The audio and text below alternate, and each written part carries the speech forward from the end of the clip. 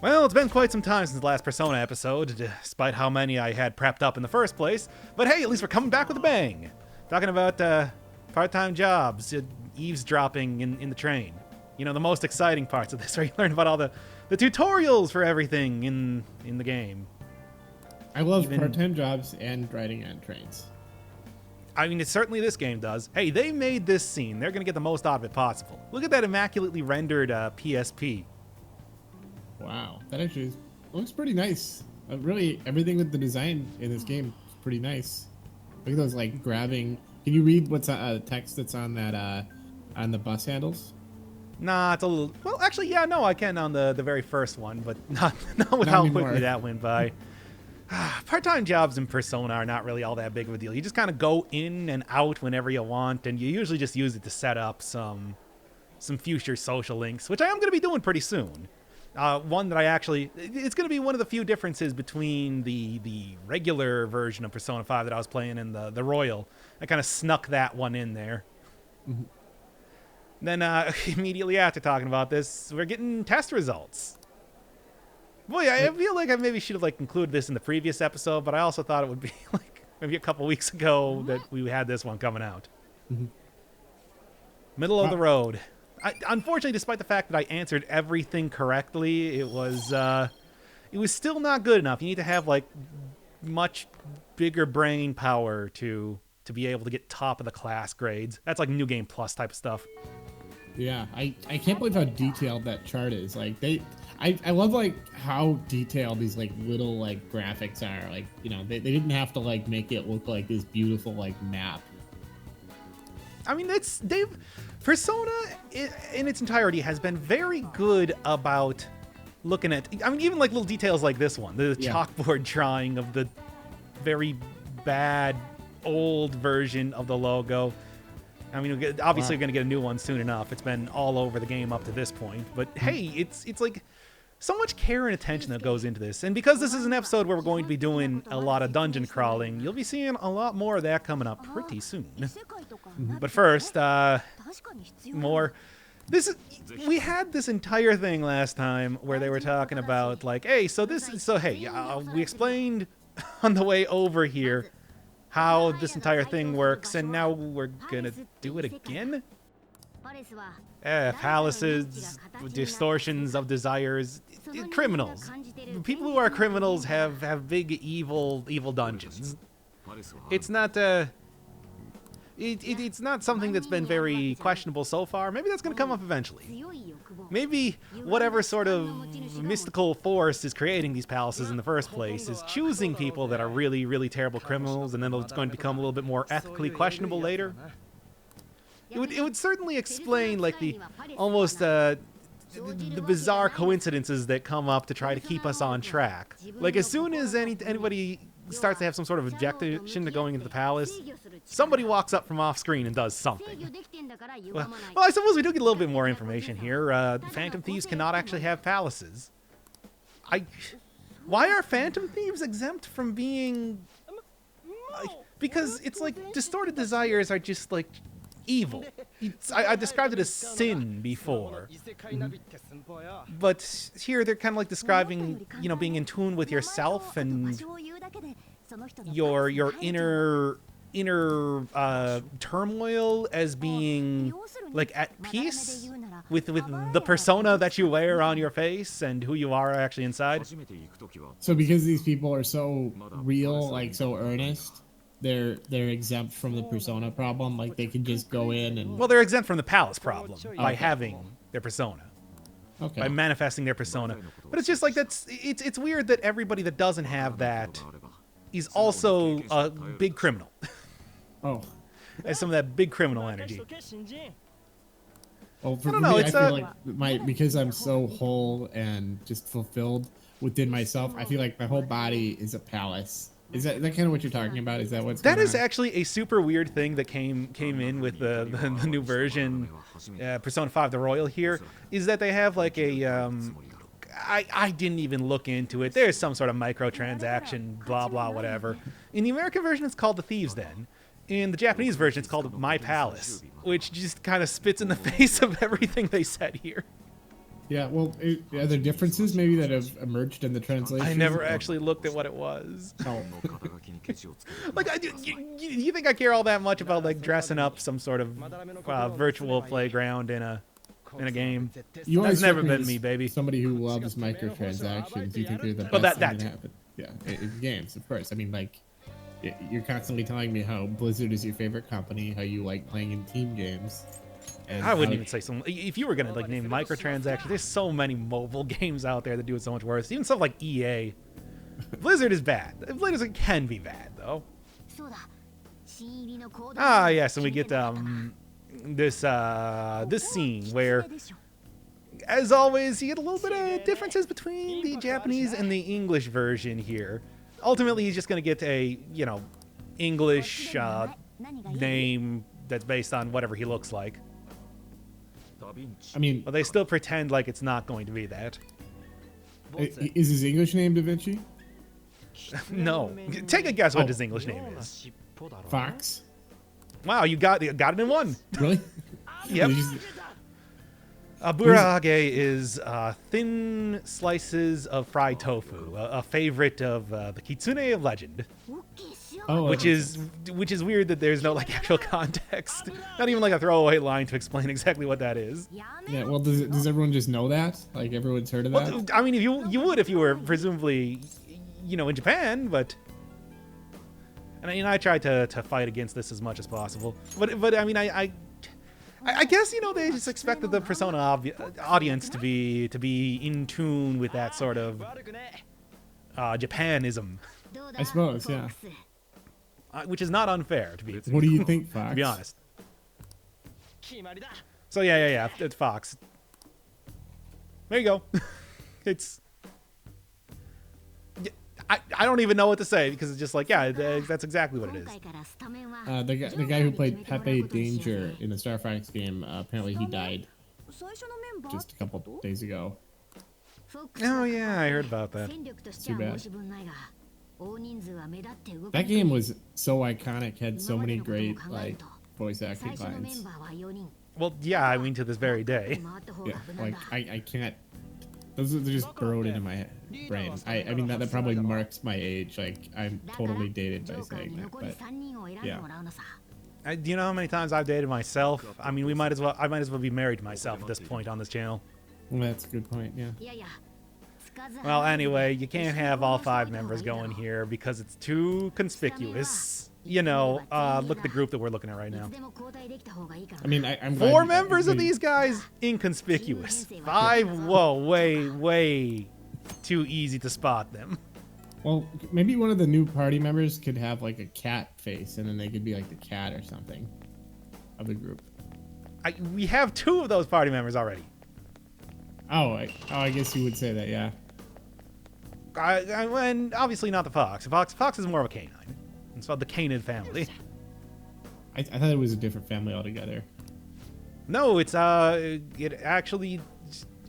Well, now I feel like I need to look this up. Well, but now I feel like I need to look it up, and I don't want to interrupt the video. I know that they. Well, you don't have to worry about interrupting it. I'm the one that has the video on here for all of your post commentary needs. That's true. You can just edit all of this out in post.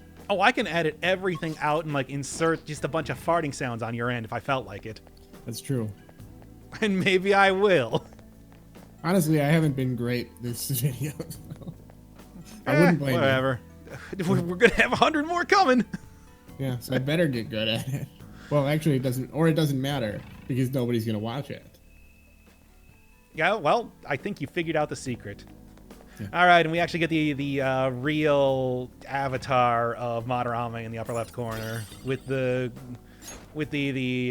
Shogun getup and the Sayuri painting. How did I forget this? I've played this game for like 1 million hours at this point in time.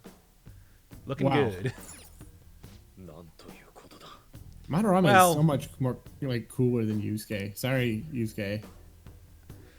It's just unfortunate that Yusuke has kind of become the star of the show now. I mean, there's a weird thing that happens past this point where, we kind of get it with, like, Madarame, and now it really is just Yusuke's story. Mm-hmm. I don't really know exactly why they decided... Because, I mean, you remember that it was first Oh my fucking god. That kiosk just keeps coming up. It's those fucking pamphlets, my dude. Oh shit. Oh shit. Like oh fuck. Whoever made that was like, it was totally like they were hired just to do that, and they were like somebody's nephew, and it's just like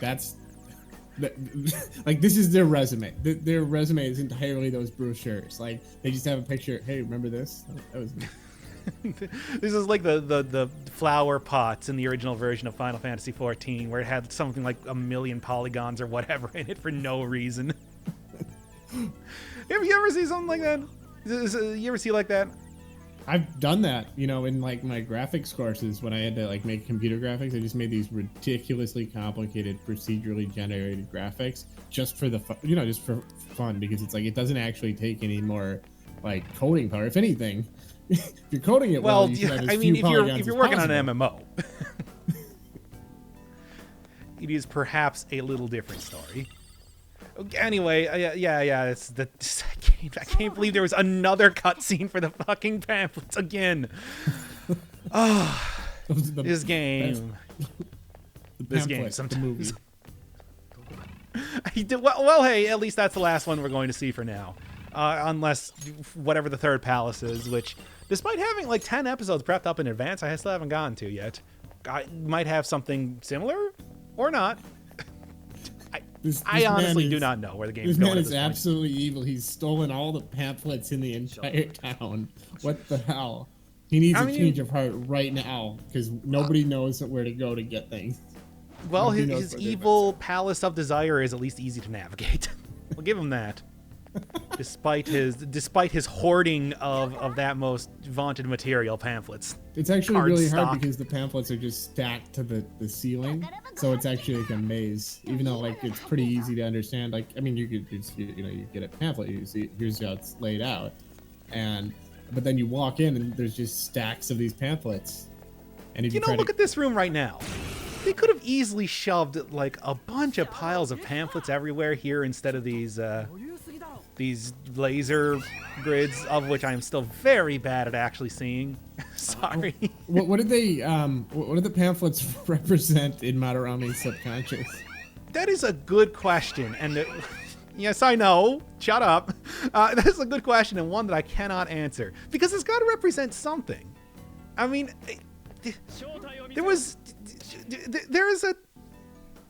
every one of these palaces is laid out in a way where the palace owner can be foiled. Is that like their ego or something, trying to fight back against their distorted desires by giving us pamphlets? I don't think they're foil. I think they're just like, glossy paper or something, but point taken. No, you got to get the special versions. Madarame went all out with the pamphlets that he created. I mean, I bet he was really good at pamphlets. Like, that's the only reason he's so well known. It's like, damn, that was a good pamphlet. What if he like started with that? And that's kind of like his.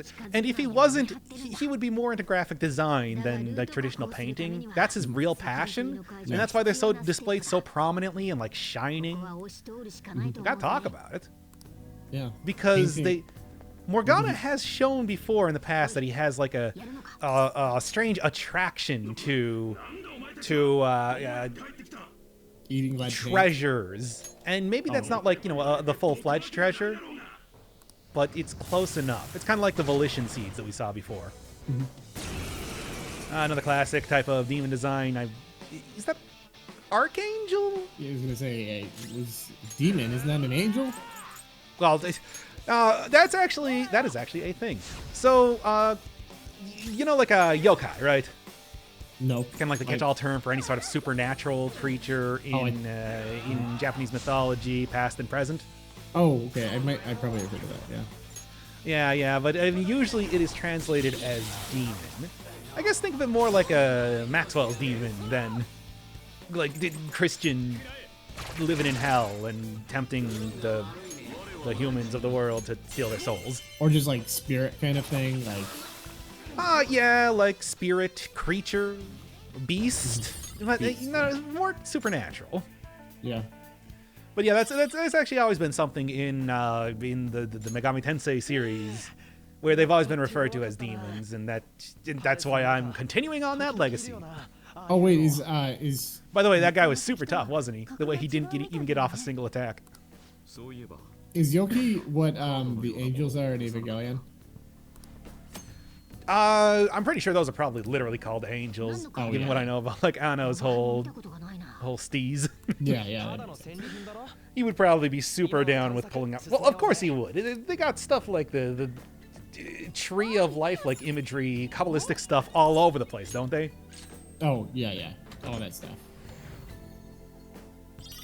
Speaking of which, we gotta play. I gotta get you on for like Lobotomy Corporation at some point in time. What is that? Yeah, kind of missed getting this whole dialogue. He's just saying, "Hey, this is better than the equipment that I'm currently using." That's it. It's got a good animation for when you're opening up the chest. I know. I know everything. Oh man, I didn't even point it out earlier, but it's just like there was a point where Morgana was saying it's like that guy's a guard. He must be protecting something that he doesn't want us to get into. And it's just like, oh my god, please, video game, you're killing me. I'm starting to think that's what guards are for. Like, whenever I see a guard, they're always like in front of this door that has something that I might want to get into, but others and you immediately say to the person next to you, that person must be guarding. That person must be protecting something that we're not getting into, guarding it, if you will. Yeah. And then I'm just like, well, how do you want to get past this guard then? Yeah, I guess that'd be the next question. Anyway, literally the exact same thing as last time. As soon as we leave here, it's just like, it's a password. So it's very convenient. This is why I'm thinking that there's got to be some sort of like level of self-destructiveness, because otherwise, why would Madarame have this incompetent of guards? Mm-hmm. Why would the guards even need to literally be walking around here? Really, they're made of thoughts. I think in general, passwords, like, oh yeah, how people like set their passwords, that's just always ridiculous. There's no time that's not ridiculous in movies or or in games. It's always just some bullshit where it's like, oh, well, you happen to overhear them when they were saying, hey, here's my password. Well, yeah, that, and the other thing is just like, hey, how much you know about Madarame's feet? Not enough, of course. Somehow Yusuke was not all that interested in his feet. Anyway, yeah, I wonder. Is it webbed feet? Does he have is that what he has webbed feet, so the password is webbed? That would be something. I mean, but no, it's just people who have seen him naked. Yes. Anyway, a little bit of a difference between the English and Japanese version here, where it's a kanji thing. The kanji included in the words are numbers in the Japanese version, like Ichiryu Madarame, his name. The ichi is 1, for example. Mm-hmm. So it's not super different, but it's different enough. Yeah. I mean, to the point that you'll probably see like the when we actually get to the what is the password question. Very much different than what actually appears in each version. Yeah. It's like, no, idiot. Video game puzzles. Well, now you've got to shut down the security so that the lasers will stop, and then you can talk about and then you can try to change the heart of the security guard by going into their palace. That is still a weird thing where you don't actually change the hearts of the security guards. You just murder them. Well, they're not real, are they? There's stuff where they will beg for their life and everything too, but nobody's really talked about that. I mean, are they real people? They are mental constructs from the collective unconscious based on real people. Well, then, who cares if they die? I mean, I guess you could say the same thing for characters themselves but if you think about it, all these characters are fictional. Yeah. They are the constructs of others' imaginations. I don't care if fictional characters live or die. I'm living on the edge here. Yeah. Except you're real Sonic badass. Sonic can never die. If he died, I don't know what I'd do with myself. I mean, I don't know how much longer he has for the world, to be honest. He lives a fast lifestyle, and you know what they say. Yeah. Die young. Yeah, that's right. You know, the candle that burns twice as fast burns half as long. I guess that's stupid. That would be, and he redundant. burns faster than light. That's right. He's hanging on the edge of tomorrow. I think he'll be dead by next week. Also, I don't know if hedgehogs can actually eat like chili dogs, which is canonical in the series. They have added that into some of the games. He can't Sonic Unleashed, for example. Chili dogs? Yeah. Like they have referenced him just absolutely loving chili dogs. His Achilles heel is that he can't eat chili dogs? Well, I think his Achilles heel is being a rude dude with tood, which makes him kind of cocky. His Achilles heel is that he's too fast. In some ways. And just, you know, he'll slam into a brick wall because he couldn't stop in time. Well, yeah, but you know, like a fall damage or running into walls has never hurt Sonic. Oh, that's right, yeah. He's just got that strong Achilles heel. I think it's because he as soon as he hits a wall, he immediately starts running the opposite direction in the exact speed that he was running in the beginning. So he cancels out all inertia. Oh, that makes sense, yeah. And he's kind of like... Anyway, you remember that bit in Mario 64 where Mario's like, how are we going to get into this painting, Toad? And Toad's like, Mario, maybe we should just walk right inside. Well, that's a good idea, Toad. I don't know if it's going to work, though. You just gotta try it, Mario. Oh, okay, I get it what you're going for. Yeah, that would be so stupid. You know, there is in Mario 64. You can actually ask the Toad about if you are entirely clueless about jumping into a painting. You can actually ask one of the Toads, and they will say do that. But it's same thing with like Mario Sunshine, where one of the Piantas near the thing are like, "Hey, you could just jump right into that. Yeah, it's so real. That graffiti is so realistic." But it's like it didn't have a cutscene every single time you entered a new painting. Well, I was playing the Super Mario Odyssey with my nephews, and they were just like, I mean, they were like trying to figure out the painting like near the end, and like near the ending where you're fighting against Bowser. Spoiler. And you do have to jump into a painting at some point. In Super Mario Odyssey, there is a point like when you're at the wedding and you have to jump into a painting, I believe. And yeah, my nephews were just like, you know, they couldn't figure it out, and I'm like, okay, you need to just jump into the painting, guys. If I remember, the paintings in Super Mario Odyssey are kind of like separate from everything else and like lying on the ground. That might be. So I mean, but I guess, you know, hey, contextually, maybe I'm in the wrong here, but at least I got to pull out my great Mario and Toad impression. Yeah, that was pretty great. It was a pretty great impression. See, the key to doing a good impression is to really congratulate yourself afterwards. So is he saying that the Madarame is sullying the nature of art? Why? Because he's an abusive boss? Because he's a... he sold out. He's doing it for the money. Oh, he's... Okay, yeah. That's fine. That's okay. Yeah, like, I mean, okay, yeah. I'm like, okay, he's got a good case there. I mean, he said it's like, not once in his whole spiel did he mention a love for art. That's a good point, yeah. I don't know why I got like real obsessed with sometimes looking at some of the emergency exit doors around here. I don't know why. Something about them. This is beautiful. I love this room. Well, I don't know. I don't even know what happened there. Anyway, I don't really know like what the deal with the whole peacock theming is.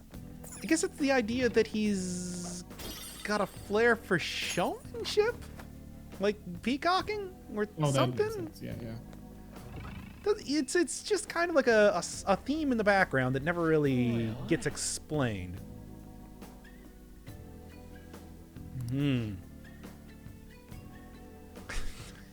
Indeed.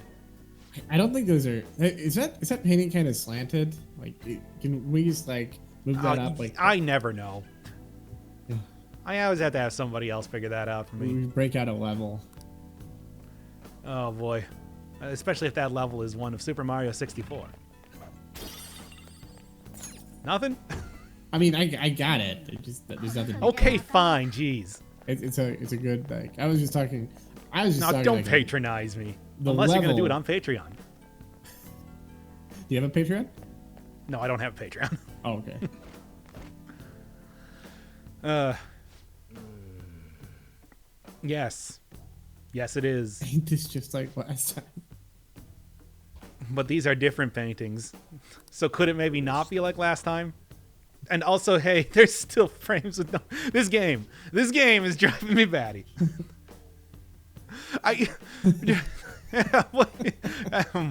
Okay, anyway.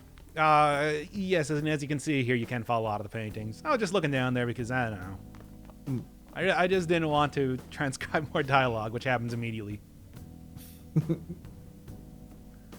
as you do. I mean, I guess he is also very, very conceited too. He seems a little bit arrogant. I'm sorry. I think the other thing is just like, Ryuji, who are you talking to? we know he's bad. He's not even here. It's just a magic voice talking from nowhere. We need to change his ass's heart. I mean, well, definitely. It took some time, but at least we are actually doing it now. Now, are these famous paintings, or are they just random like scenes that he's painted? You know, I couldn't tell you. This feels like some sort of reference to something. You know, it very well might be, but again, Anne, who are you talking to? Mm-hmm. We're not going to talk this thing out. Let me tell you. Oh, that's from Ori and the Blind Forest.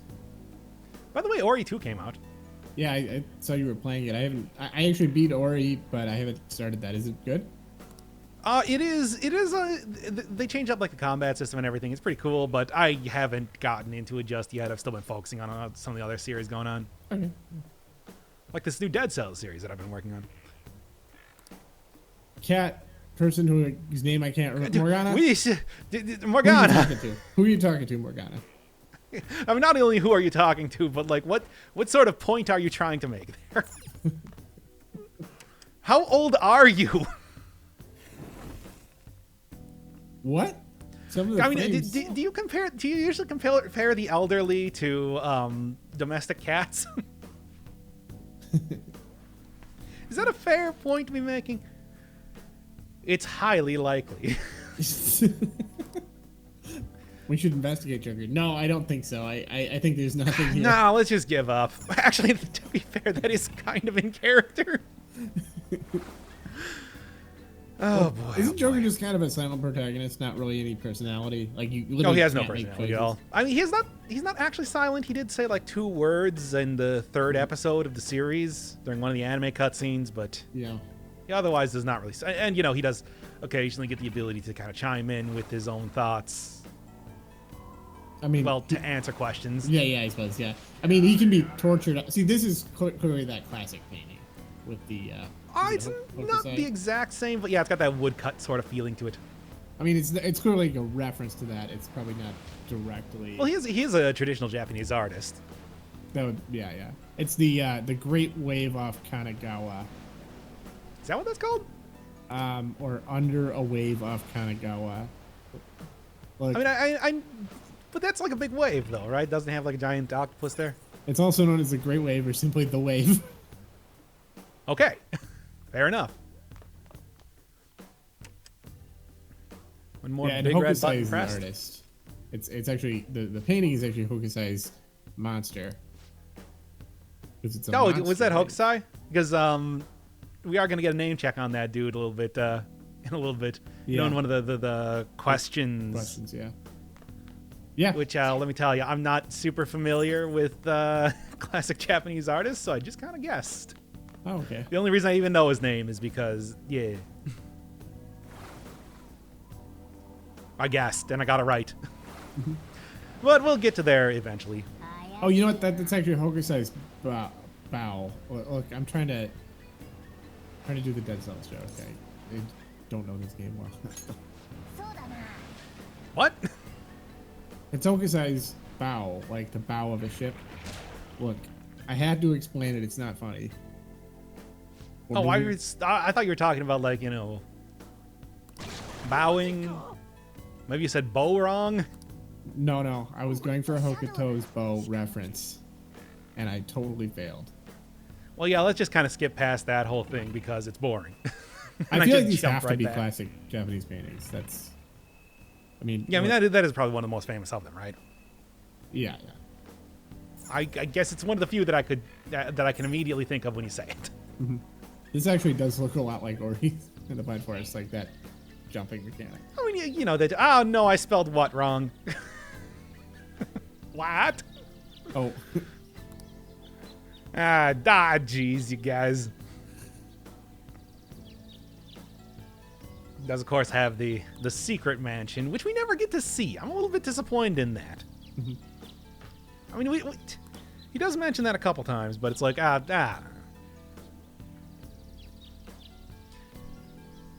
mean, he mentions it a little bit later.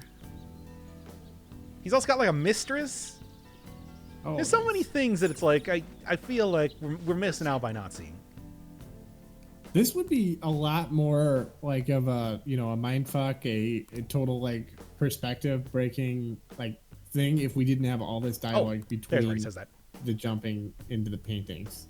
Like if we were just jumping through paintings, experiencing these weird like alternate realities, going through having like this mind-blowing, maybe making a puzzle kind of mechanic. Yeah, I've seen that before in Silent Hill Homecoming, I think, where you could go onto a stage and basically it turned into the area. Oh, Downpour, I remember did. You could like walking into movies and stuff like that. I mean, I'm sure I've seen it in a lot of other games too, but that's just the first thing that comes to mind. Silent Hill does a lot of that, like where you have like a psychological representation that is made like manifest, and you have to explore it. Yeah, but the thing is, it's like I think that was the only time that he had like something that was literally a like fake thing, you know, like a theater production or a movie that you would go into and it would be an entirely separate area. But yeah, this one is just done at a very high perspective. You don't really get like individually rendered rooms. Mm-hmm. You just see it from the painting. Of course, you know, Mario, I guess, did that, but you didn't really get like a full idea of what Tall Mountain looked like by looking at the painting. Yeah, that was just kind of like it was at most like it was like a far view, like zoomed out view of it. I don't know why it's kind of the like not as good Silent Hill is my touchstone for that particular trope. But yeah. Well, anyway, I threw down that smoke bomb because I thought it was the thing that lowered your danger rating. Mm-hmm. It's not. Oh, okay. That's a different thing. In case you were wondering why I just did that for no reason. By the way, when Morgana was talking about the elderly, we totally missed a pre-taped college show reference there. We need to go back and re-record this. Oh, damn it, we did. I think your real problem is with the elderly. And then more hookshot stuff here, which I will be getting all the volition seeds next time. It is literally right behind me, but you do need to do a little bit of a trek around here to find the button to open up the door.